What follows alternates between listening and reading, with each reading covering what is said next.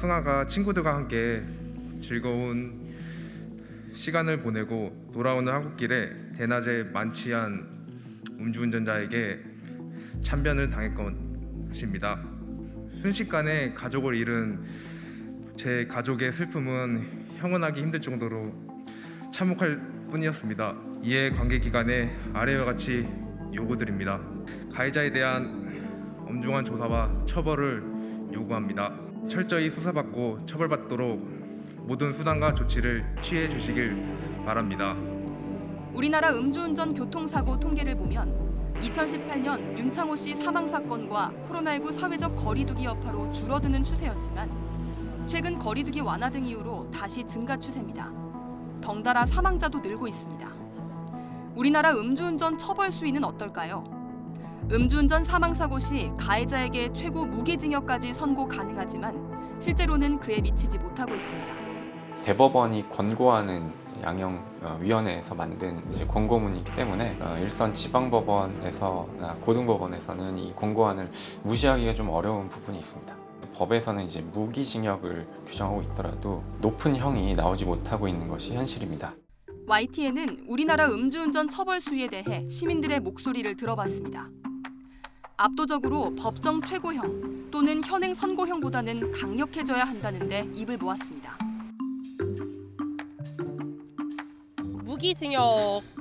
사람을 살해를 한 거기 때문에 저는 솔직히 무기징역을 받아도 12년에서 16년 요 사이에다가 선택했습니다. 물론 사망자분들한테는 되게 안타까운 일이지만 그래도 음주운전 한 사람한테도 개화의 여지는 필요하다고 생각해서 12년에서 16년 사이요.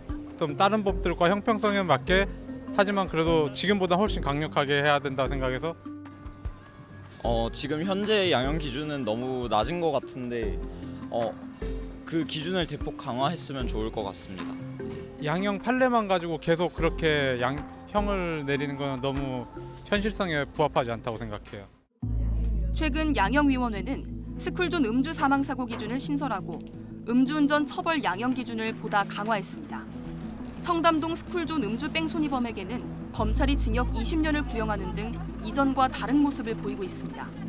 해외의 사례를 보면 1999년 일본에서는 가족여행 중이던 일가족 중 두 자매가 음주운전 트럭과 추돌해 사망한 사건을 계기로 최고 30년 선고가 가능한 법을 만들었고 실제로 20년 이상의 징역을 선고하자 음주운전 사망자 수가 눈에 띄게 감소하고 있습니다.